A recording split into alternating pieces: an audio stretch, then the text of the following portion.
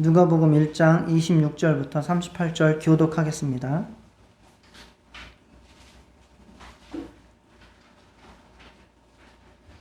여섯째 달에 천사 가브리엘이 하나님의 보내심을 받아 갈릴리 나사렛이란 동네에 가서 다윗자손 요셉이라는 사람과 약혼한 처녀에게 이르니 그 처녀의 이름은 마리아라. 그에게 들어가 이르되 은혜를 받은 자여 평안할지어다 주께서 너와 함께 하시도다 하니 처녀가 그 말을 듣고 놀라 이런 자가 어찌하리까 생각하매 천사가 이르되 마리아여 무서워하지 말라 내가 하나님께 은혜를 입었느니라.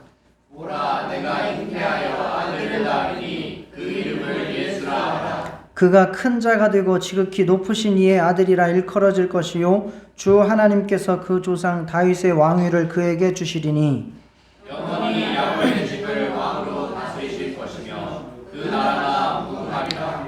마리아가 천사에게 말하되 나는 남자를 알지 못하니 어찌 이 일이 있으리이까.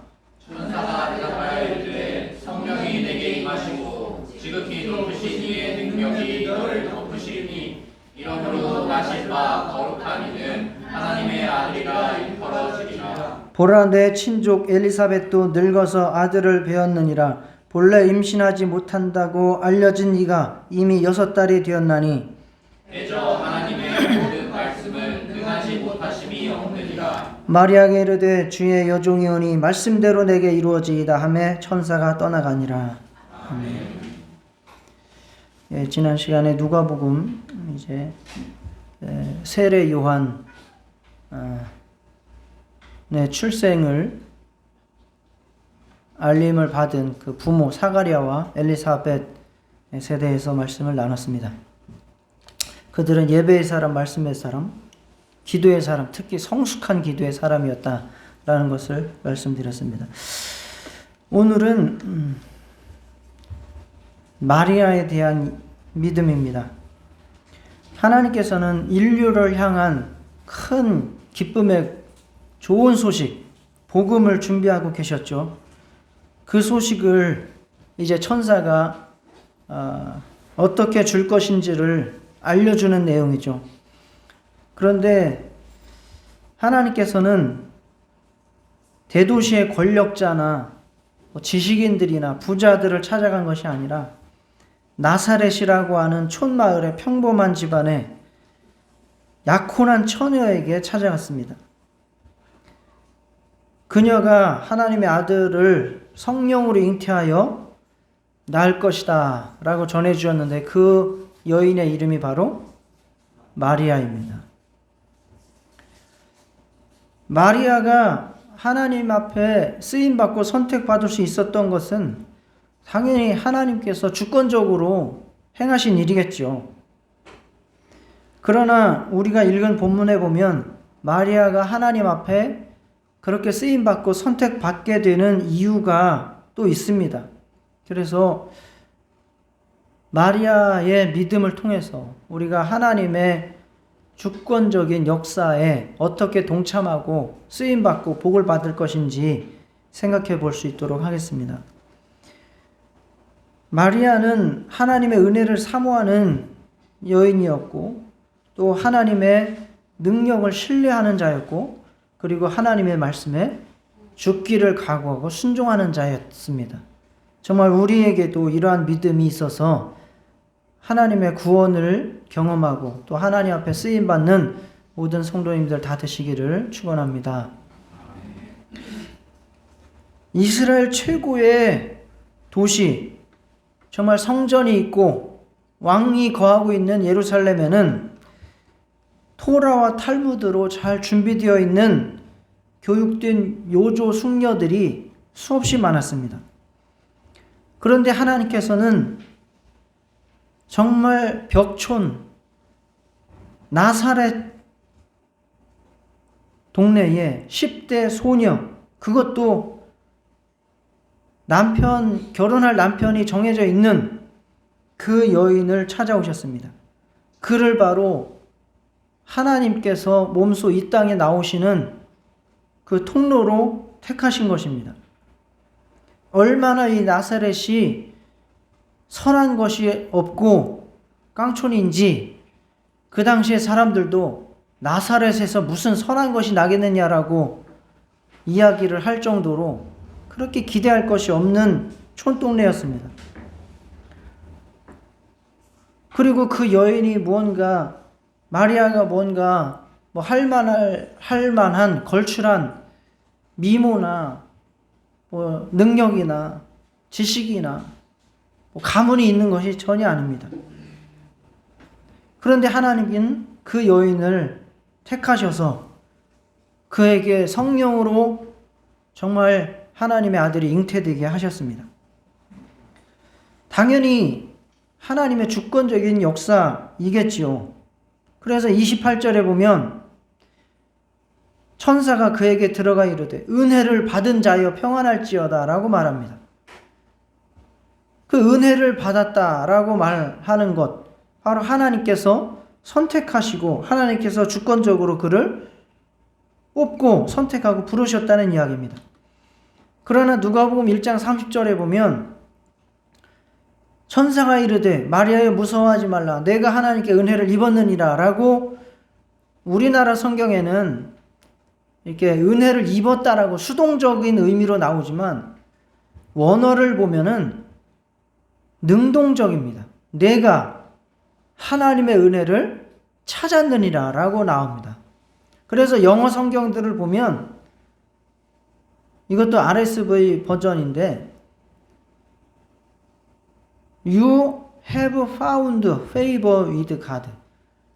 하나님의 은혜를 찾았다, 사모했다, 발견했다 이렇게 이야기를 합니다. 그러니까 마리아는 하나님의 주권적인 은혜를 사모하고 정말 하나님께서 자기를 불러주시고 선택해 주시고 은혜 주시고 축복해 주시고 자기를 사용해 달라고 날마다 사모하고 기다리던 여인이었다라는 것입니다. 뭐 세상 모든 일들도 다 때가 있고 기회가 있어야 되고 좋은 일이 자기에게 주어져야 그 일들이 잘 풀리는 것이 맞죠. 그렇지만 자기가 사모하지 않고 준비하지 않고 있는 상황에서는 아무리 좋은 것이 와도 잡을 수가 없습니다. 늘 준비되어 있고 늘 사모하고 있고 늘 하나님께 관심을 두고 있는 그러한 믿음 가운데에 하나님의 부르심이 있고 하나님의 택하심이 있고 하나님의 은혜가 임하는 줄 믿습니다. 하나님께서 우리를 선택하실 때 우리에게는 정말 선택받고 싶고 하나님의 은혜를 받고 싶고 정말 하나님 앞에 쓰임받기를 사모하는 갈망이 있어야 됩니다. 하나님께서는 우리에게 뭐가 필요한지 다 아시죠. 그렇지만 우리에게 원하시는 것은 구하고 찾고 두드리라는 것입니다. 하나님 앞에 구하고 찾고 두드리고 사모하면서 나아갈 때에 하나님께서 여러분의 심령을 만족하게 하시고 여러분의 필요를 채워주실 줄 믿습니다. 예수님은 모든 인생들을 위해서 구원의 생수를 준비하시고 있습니다. 그러나 그 구원의 생수를 우리가 누리기 위해서는 누구든지 목마르거든 내게로 와서 마시라 라고 말씀을 한다는 사실입니다. 그래서 정말 하나님 앞에 생수를 사모하시고 영원한 축복을 사모하시고 하나님의 그 거룩한 사역에 동참할 수 있는 그러한 적극적인 믿음, 사모하는 믿음 우리 모두에게 있기를 주의 이름으로 축원합니다. 두 번째, 마리아는 하나님의 능력을 신뢰하는 여인이었습니다. 마리아는 인류 역사상 가장 위대한 하나님의 일을 경험한 사람입니다. 하나님을 그 몸에 잉태했던 여인입니다. 엘리사벳은 요한을 낳았잖아요. 하나님께서 엘리사벳에게 말씀하실 때에 네가 낳을 자는 주 앞에 큰 자가 될 것이다 라고 말씀을 했습니다. 그러나 이 마리아가 낳을 자는 지극히 높으신 이의 아들, 곧 하나님의 아들이라고 말합니다. 세상에 하나님의 아들을 뱃속에 잉태했다가 낳을 자는 한 명밖에 없어요. 하나님은 다시 사람을 통해서 오시지 않을 것이기 때문에. 그러니까 가끔 가다가 사람 중에서 내가 하나님의 아들이다라고 하는 인간들이 종종 있죠. 우리나라에도 한 60명쯤 있대요. 그런 인간이. 그건 다 가짜예요. 하나님께서 마리아를 통해서만 사람의 뱃속을 이용해서 더 이상 다른 사람을 통해서 세상에 나오시는 일은 없어요. 재림하실 때는 사람을 통해서 오시지 않아요. 그런데 저놈들이 하는 얘기는 그렇게 자기 뱃속을, 엄마 뱃속을 통해서 자기가 재림했다는 거예요. 다시 오실 때는 구름 타고 오신다고 했습니다. 그 구름이 천사든지 뭐든지는 모르겠으나 어쨌든 그렇게 직접 강림을 하시는 것이지 사람의 뱃속을 통해서 오시지 않습니다. 그러니까 이런 유일한 경험을 했던 사람, 여자, 바로 마리아입니다. 천사의 그 전함을 받은, 알림을 받은 마리아는 처음에는 쉽게 믿을 수가 없었죠. 나는 남자를 알지 못하니 어찌 이런 일이 있을 수 있겠습니까? 라고 이야기합니다. 이거는 절대 안 된다라는 이야기가 아니라 의문을 표하면서 그러면 어떤 방법이 있겠느냐라고 그 방법을 물은 거예요. 내가 남자를 알지 못하는데 어떠한 방법으로 그런 일이 일어나겠습니까? 라고 물은 거예요. 그러니까 천사가 하는 말이 성령이 내게 임하시고 지극히 높으신 이의 능력이 너를 덮으시리니 대저 하나님의 모든 말씀은 능하지 못하심이 없느니라. 이렇게 말씀합니다. 우리가 세상의 시각으로는 하나님의 일들은 다 불가능한 일들이에요. 그렇지만 하나님께서는 그만한 능력과 그만한 말씀의 권세가 있는 줄 믿으시기 바랍니다. 마리아는 그대로 믿었습니다. 그래서 그대로 고백합니다. 주의 여종이 오니 말씀대로 내게 이루어지이다.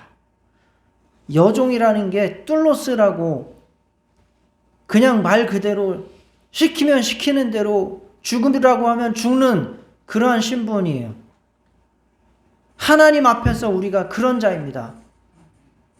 마리아가 하나님 앞에서 내가 주의 여종이 오니 말씀대로 내게 이루어지이다. 나는 그 말씀에 권위가 있고 하나님 앞에 권위가 있는 줄 인정합니다.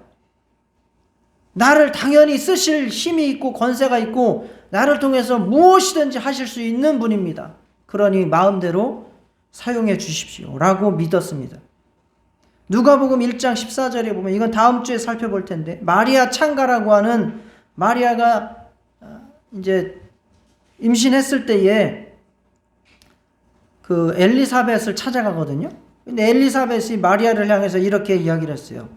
주께서 하신 말씀이 반드시 이루어지리라고 믿은 그 여자에게 복이 있도다.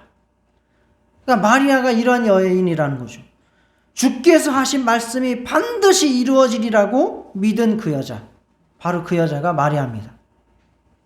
우리도 마리아 같은 하나님께서 약속하신 것은 하나님께서 계획하신 것은 반드시 이루어지리라고 믿는 믿음이 우리에게도 있기를 진심으로 축복합니다. 마리아는 하나님의 말씀과 능력을 그대로 믿었습니다. 수용했습니다. 반드시 이루어질 것이다라고 확신했습니다. 우리는 너무 과학적인 세계에 살고 이성적인 세계에 살기 때문에 좀 신비스러운 일을 찾고 좀 이런 초자연적인 일들을 보면 쉽게 무시하거나 또는 광신도들이나 그런 믿음을 갖는 거라고 생각할지 모르지만 그러나 하나님은 이 세상의 과학과 이성을 초월하셔서 일하실 수 있는 분입니다.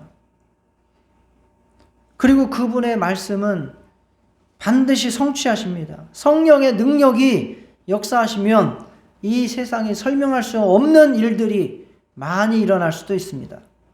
성경이 바로 그것을 증언하고 약속하고 있습니다. 우리 모두도 정말 하나님 앞에 믿음을 가지고 하나님의 놀라운 역사와 능력을 체험할 수 있기를 축원합니다. 그래서 기도하시고 기도 응답 받으시고 정말 하나님의 축복 받으시고 정말 하나님의 일을 할 때에도 성령의 후원하심이 충만한 저와 여러분 다 되시기를 주의 이름으로 축원합니다. 세 번째, 마리아는 하나님의 말씀에 순종했던 여인입니다. 그냥 순종이 아니라 죽기를 각오하고 순종했던 여인입니다. 마리아는 믿음으로 하나님의 뜻을, 그 능력을 그대로 믿고 받아들였습니다. 믿고 받아들인 정도가 아니라 하나님의 말씀에 대해서 순종을 했다는 이야기입니다. 그가 순종을 할 때는 위기가 온다는 것을 너무나 잘 알고 있습니다. 잘 알듯이 마리아는 법적으로는 남편이 있지만 함께 살 수 없는 그 신분이었어요. 그게 정혼이에요, 정혼. 이스라엘의 결혼의 풍습이 정혼을 하고 나서 1년 정도를 각자 살다가 그 다음에 결혼식을 치르고 같이 사는 거예요.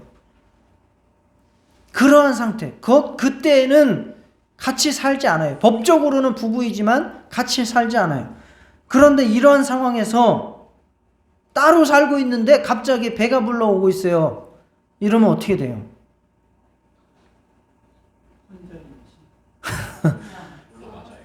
예. 그거는 그 사회적으로 조롱의 대상이 될 뿐만 아니라 정말 율법에 의하면 돌에 맞아 죽어야 되는 거예요. 왜? 남편이 저쪽에 법적으로 있는데 네가 임신을 했어? 그러면 너는 소위 말해서 바람을 핀 거네. 그래서 돌을 맞아 죽는 거죠.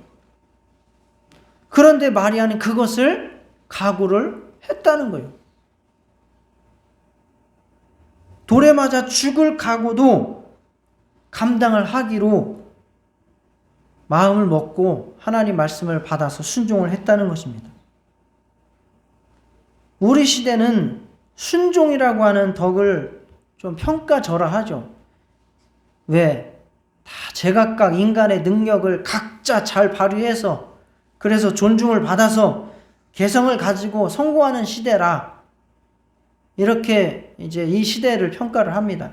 그러니까 눌려서 살지 말라는 거죠. 각자 자기의 힘을 잘 발휘할 수 있도록 하라는 거죠. 그래야 마음도 건강하고 몸도 건강하고 성공도 한다. 그런 시대죠. 그러나 하나님의 뜻을 이루는 데에는 순종을 떼어놓을 수가 없습니다. 순종하지 않고 하나님의 뜻을 이룰 수 없다는 것입니다.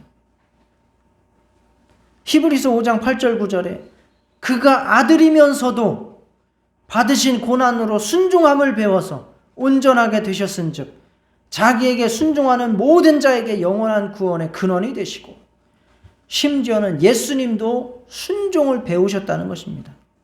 그리고 순종하는 자들에게 구원의 근원이 되신다는 것입니다.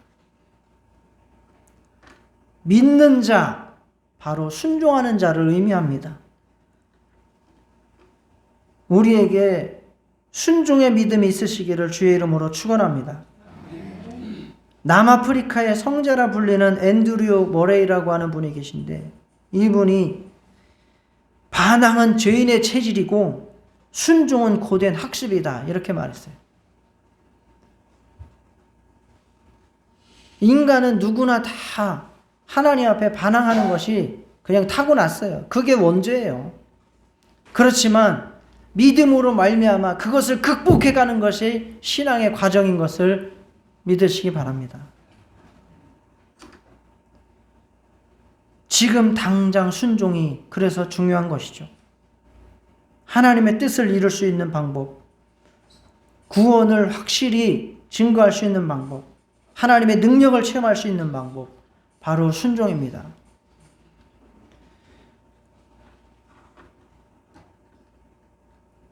배우 김수미 씨가 며칠 전에 죽었죠. 그래서 뉴스를 이제 기사를 통해서 많이 보면은 그 집안 이야기, 그가 배우 이야기, 어떻게 마지막에 살았는지 이런 얘기들만 쭉 나와요. 그렇지만 제가 말씀을 드리지만 김수미 씨는 믿음이 없었어요. 그러나 계속해서 그를 전도하는 사람들이 있었고 한 3, 4년 전에 믿음을 갖기 시작했어요. 그리고 그렇게 힘들고 도저히 할 수 없었던 술, 담배 다 끊었어요. 그리고 전국 방방곳곳으로 자기가 어떻게 예수 믿어서 어떻게 마음이 평안해졌는지, 그렇게 잘 나갈 때 교만하던 마음이 얼마나 겸손해졌는지를 간증하러 몇 년을 돌아다녔습니다. 그러다가 자다가 죽었어요. 우리 일생의 소원 아닙니까? 자다가 죽는 거? 내 평생의 소원, 자다가 죽는 것. 다들 그렇게 기도하시더만 자다가 가. 근데 김수미 씨는 자다가 죽었어요.